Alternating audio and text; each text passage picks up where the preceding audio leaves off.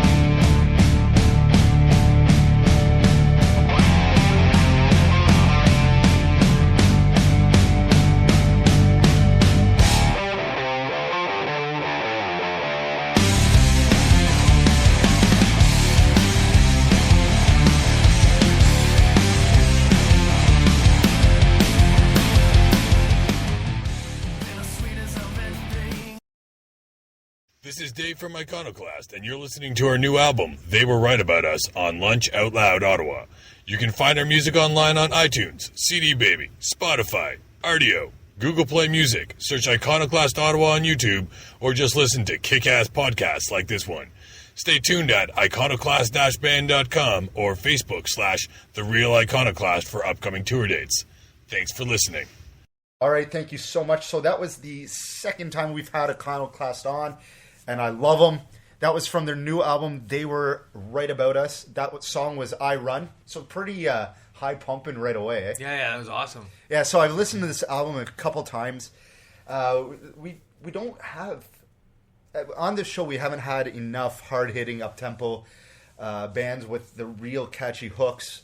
Like, I used to listen to a lot of this music growing up, this a lot heavier Tool. Yeah, who are coming out with another like groove metal or something like that. Absolutely, yeah. So I love this music, and you can see them a lot at Mavericks. I've seen them there and a lot of other places. So definitely check them out. Iconoclast, awesome band. Thank you so much.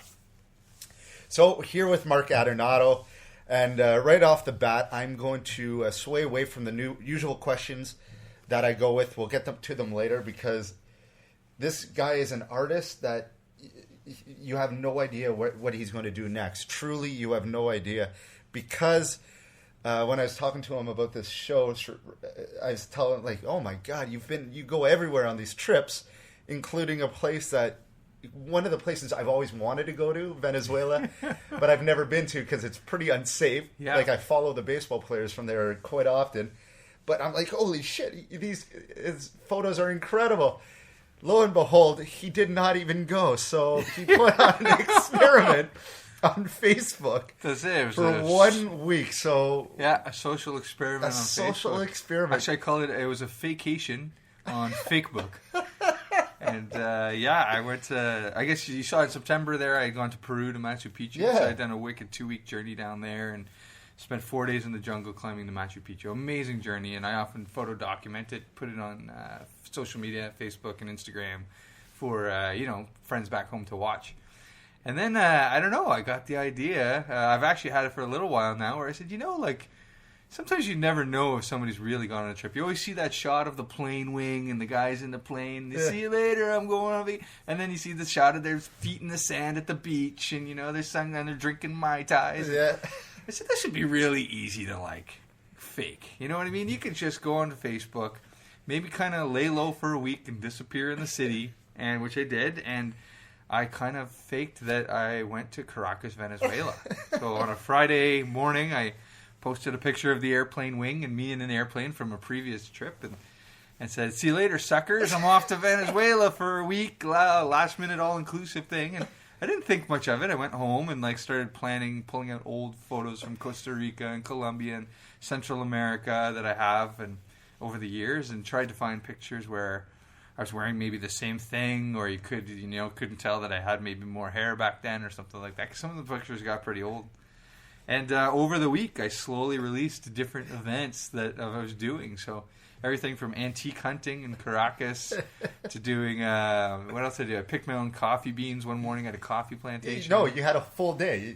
You had to wake up in the morning. What did you do? There was one day, it was the last day, and I said, all right, and I led up to this, so I said, one day I was sitting there drinking at a bar saying, planning the biggest epic day ever for tomorrow.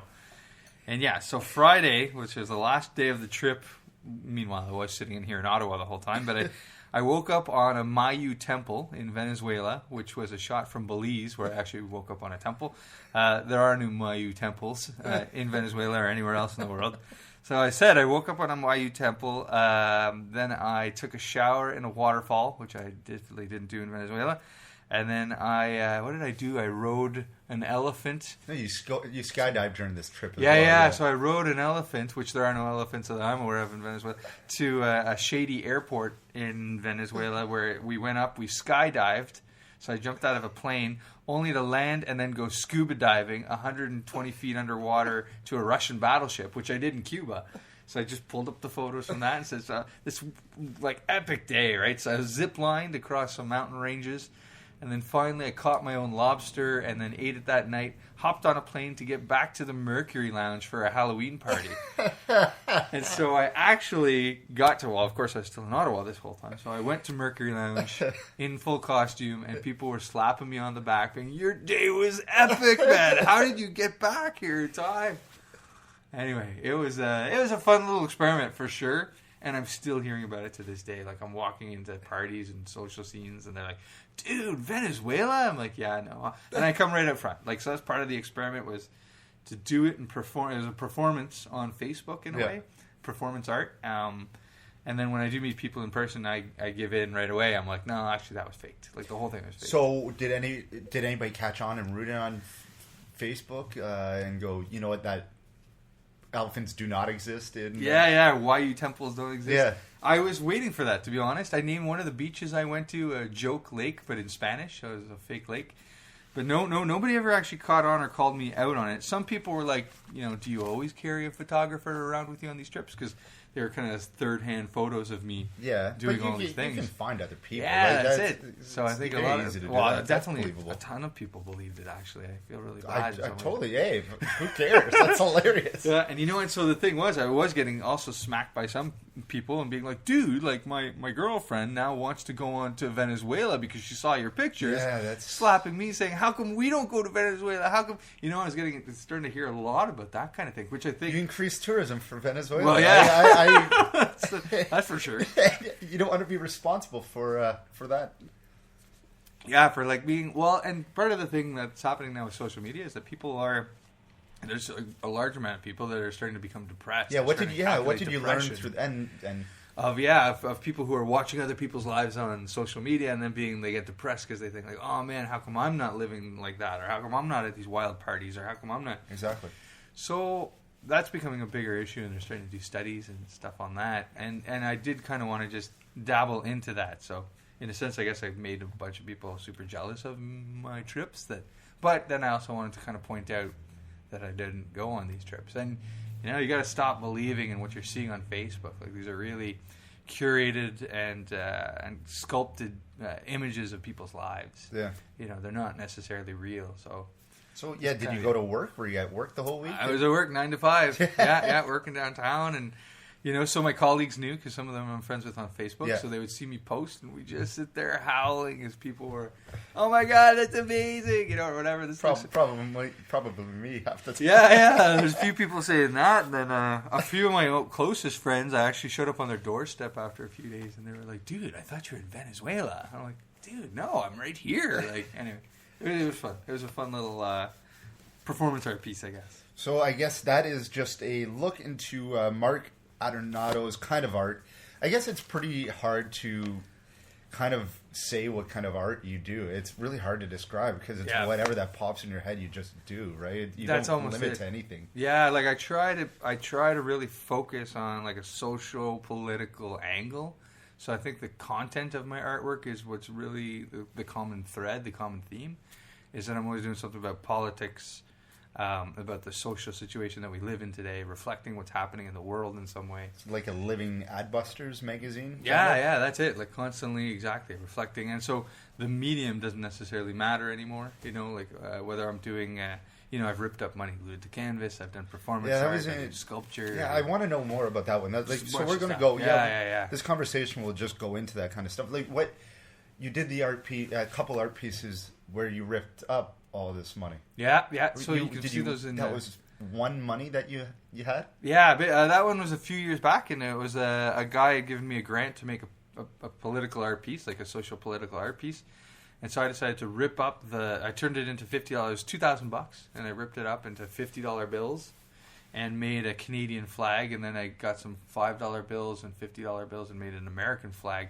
By ripping up the money. So it was made out of the money. I ripped up pieces of money. Did you apply for that grant? No, it was just a buddy of mine, actually, who gave me the money to do that. Did he know what you were going to do? He had no idea. And when he found out, he didn't like the piece, actually. Wow. Because I ripped up his money, essentially. Nobody likes to see that, yeah. No, but I made an art piece out of it. And those art pieces ended up in a Canadian War Museum for a propaganda show. Oh, really? They were in the Bank of Canada's Currency Museum for a currency, art made of currency show. And how did they get in contact with you? That was amazing. It was through Cube Gallery, so I initially exhibited at a Cube Gallery. Just both prints, just at the Cube Gallery? Yeah, both pieces. So these are like mosaics, I guess. Mosaic of whatever. Not prints. Sorry. Yeah, on canvases or whatever. But so anyway, they found me through Cube Gallery. They contacted me for the War Museum, for the Bank of Canada's Currency Museum, and then both of those museums actually paid me enough to get my money back out of those pieces, and then they give me back the pieces. So this was so that's why I've got them. I own the two pieces today. So you still own both pieces? I own both, and then the National Gallery wanted a piece with the Canadian flag, so I actually made another one. There is a duplicate. I copied my own work, and there's a second of the Canada flag out there somewhere. I don't know who won it. It was sold at an auction at the National Art Gallery. But right now they're sitting in Union 613. So if anybody ever walks into Union 613, you see a big American and Canadian flag at the back. It's made of real Canadian currency. Yeah, it is legal. Don't steal them. It is legal tender, so you would be able to like rip it up and put it all back together again or something and cash it in. Maybe. I doubt it. Don't do that. So one of the most incredible things that I've learned about Marc is because I've seen your art for many years of doing this. You run across and go in all these places. So I only met you, I guess, about a year and a half ago, which is crazy. Yeah. But one thing that really struck me was I thought you're a full-time artist. Oh, yeah. Because a lot of people do. A lot of people do because it's not that you just put out these incredible pieces that people would think, wow, you would have to take days to do it. You put a vast amount of them out. It's not a small amount. Thanks. No, for the compliments. Sorry.